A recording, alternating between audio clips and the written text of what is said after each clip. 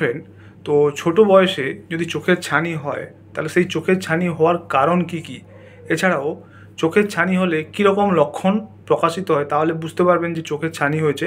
তো আজকে সে বিষয়ে আলোচনা করব। চ্যানেল যদি নতুন, চ্যানেলটি সাবস্ক্রাইব করবেন। চলুন শুরু করা যাক। তো ছোট বয়সে চোখের ছানি হওয়ার কয়েকটি গুরুত্বপূর্ণ কারণগুলি আলোচনা করছি।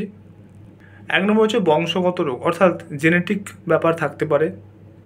দু নম্বর হচ্ছে গর্ভাবস্থায় মায়ের কিছু অসুখ থাকলে, যেমন হামস, টাইফয়েড ইত্যাদি। এরপর হচ্ছে আঘাতজনিত কারণ, অর্থাৎ দেখতে পাবেন যে খেলতে গিয়ে বল লেগে যাওয়া বা কোনো শার্প অবজেক্ট চোখে খোঁচা কিংবা গাছের ডালে ঘষা খাওয়া ইত্যাদি।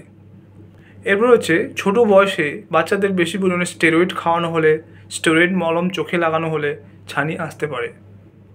এছাড়া চোখের কিছু দীর্ঘতম রোগ, গঠনগত ত্রুটি কিংবা জন্মগত কোনো ত্রুটির কারণে ছানি আসতে পারে। এবার এই চোখের ছানি এসছে কিনা তা জানবেন কীভাবে? কিছু গুরুত্বপূর্ণ লক্ষণ থাকলে ওইগুলো দেখে আপনারা বুঝতে পারবেন যে চোখের ছানি এসছে। তো কোন কোন সেই লক্ষণ? এক নম্বর হচ্ছে দৃষ্টিশক্তি ক্রমাগত কমে যায়। চোখের মণির ভেতর সাদা বা ধূসর রং দেখা যেতে পারে। শিশুর চোখ ট্যারা হয়ে যেতে পারে। বারবার চোখ রাঙানো, চোখ পিটপিট করা, জল পড়া চোখে। এরপর হচ্ছে জোরালো আলোর সমস্যা, কোনো কিছু দেখতে গেলে ভ্রু কুঁচকে যাওয়া ইত্যাদি। সরাসরি চোখের দিকে না তাকিয়ে কথা বলা ইত্যাদি লক্ষণ। এছাড়াও প্রিম্যাচিওর ডেলিভারি হলে শিশুর শারীরিক কোনো সমস্যা থাকতে পারে বা চোখের কোনো সমস্যা হতে পারে। তো এই লক্ষণগুলো হচ্ছে বাচ্চাদের চোখে ছানি আসার পূর্ব লক্ষণ, বা এই সমস্ত লক্ষণ থাকলে বুঝবেন ছানি আসতে চলেছে।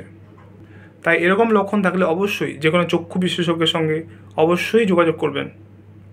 তো আজকে জানলেন যে বাচ্চাদের যদি চোখে ছানি আসে তাহলে তার কারণ কি কি থাকতে পারে, এছাড়াও তার গুরুত্বপূর্ণ লক্ষণগুলি কি কি, আজকে সেটা জানলেন।